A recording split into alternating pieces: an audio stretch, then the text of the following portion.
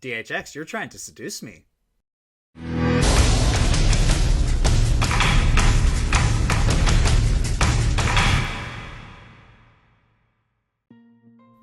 Rarity episodes. You already know how I feel about her. Best pony. Let's skip the lengthy pre-speech and jump right in. Rarity starts us out seeming to be waiting for the mail. Was that the pony post? Oh, it's just you, Opal. Yeah? Well, fuck you too. Yes. So Pinky shows up with cupcakes, because of course she does. What? What indeed? I bet you're wondering what warrants such a welcome. Well, that welcome is warranted by a pony that whisked up a warm batch of strawberry cinnamon cilantro cupcakes. Joyous! A jaunty jubilee of jiggling jokes amiably allows added alliterative appeal, brought and boisterously bestowed by precious pink premier party pony Pinkie Pie.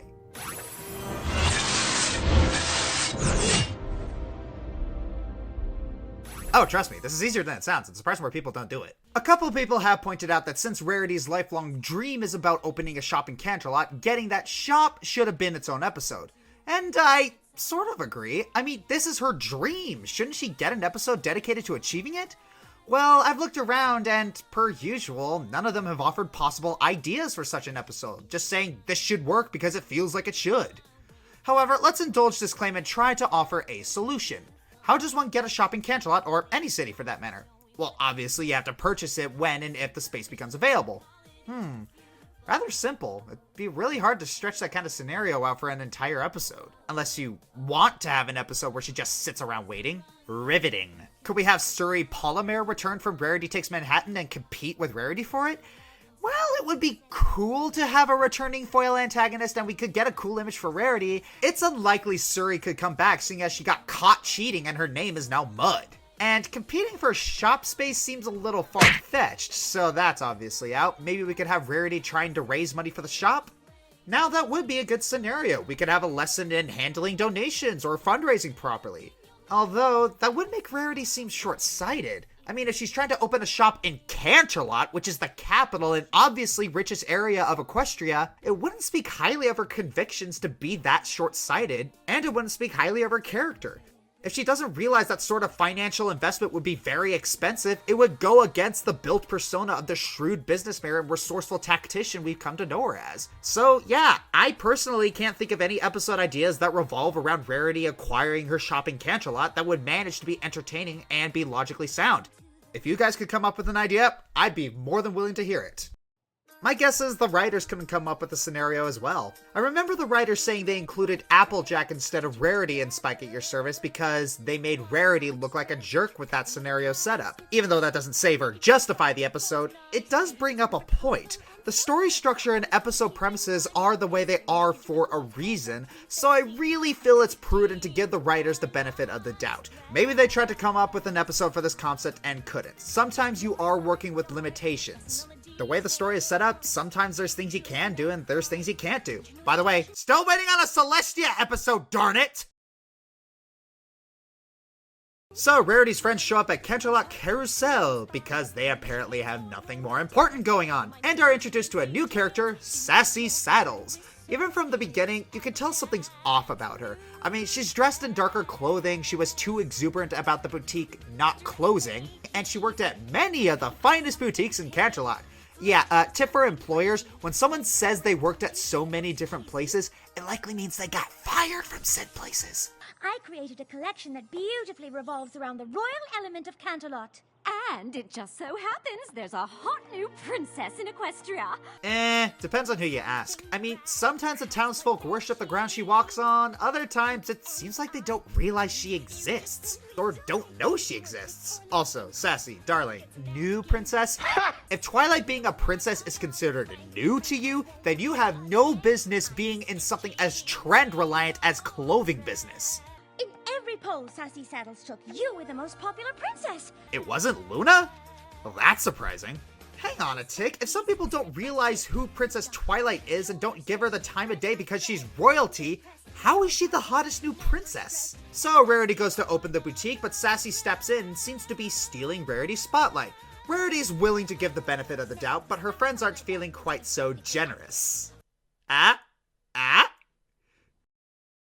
I'm a bit surprised that Twilight's friends were so quick to bemoan Sassy. Towards the beginning of the show, they are quick to accept people like Gilda or Cadence, who were later revealed to be horrible, and whenever someone in their group was acting slightly strange, they picked up on it immediately. Now, it appears like they're only perceptive about someone being sketchy whenever it involves someone not in their group, and when someone in the group is being weird, they're completely oblivious. So Rarity tries to re-grab the reins on her opening, and it seems to be going well. Even though Sassy's not getting any of the attention, she's working from behind the scenes to make Rarity's dresses look good.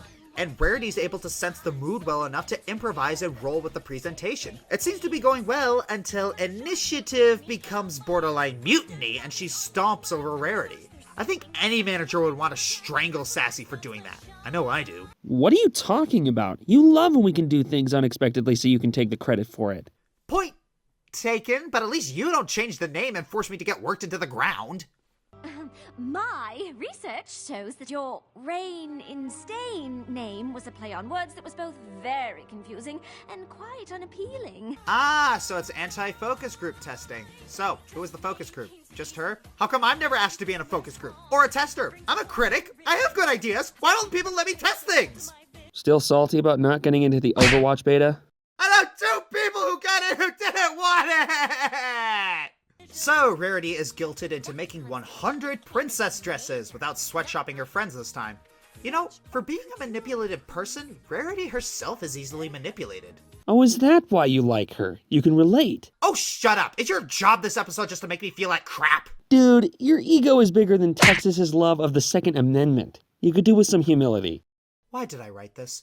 Then Rarity sings a song about her creative process. I think every creator has gone through this. Many times the process of creating art is fun, but occasionally you go through spurts where it becomes a chore, and the only thing that motivates you to keep going is seeing the happy faces of people reacting to your art. Even in the second part, it's very identifiable for a creator. No one likes creating something factory style because it's beyond monotonous, but it's even worse for creators because the work feels empty and soulless. Then Rarity gets a burst of inspiration and decides to modify the dress. I saw these gems glistening in the light, and they just spoke to me. Aren't they lovely and so unique? They're fine, but they're not what I ordered, are they? Yeah, Rarity, I'm actually kind of on her side with this. You're a professional. When someone commissions you for something, you have to give them exactly what they asked for unless you were specified to go nuts. What you did was really unprofessional. Yes, you could say that was shallow of that pony. Yes, you should have been excited to have gotten an exclusive custom version or premium version for free. But, Rarity, darling, if you are paid to do a job, you gotta do that job. So Rarity finally fires back at Sassy Saddles, actually asserting her role as the boss, and announces a going out of business sale, showcasing many of her other dresses. Okay, I want to point something out. Throughout seasons 3 and 4, many of Rarity's creations were rather abhorrent, and it kind of made the idea she was a great designer and artist a little hard to swallow. Here, though, we see so many beautiful designs and themes. I don't know, I just felt like saying this. We see many different kinds of customers come in, including a Whovian, Luna and Celestia's respective fan bases, and... Oh my gosh, a sale! Do you have the princess dress? Don't do it. Don't do what? That. What you're thinking. Don't do it. How do you know what I'm thinking? I can literally hear the music coming from your head. Oh, come on. Do you really think I'd do something so mean and hey, look, a distraction! What? Darn it. Just can't let his old job go. Stop it! Cut it out! I have a glandular problem. That'll be 60 bits. I promise to run everything following your rules. I would expect nothing less. Oh, you're fired, darling. So, overall, this episode was pretty good. It's lovely to see Rarity get an episode after going so long without one. Only real complaint I have is that Rarity got herself taken advantage of a little too easily for me to find believable. But, it's negligible. But I suppose there are some people who are understandably worried. After all, Rarity has achieved her dream and loves it.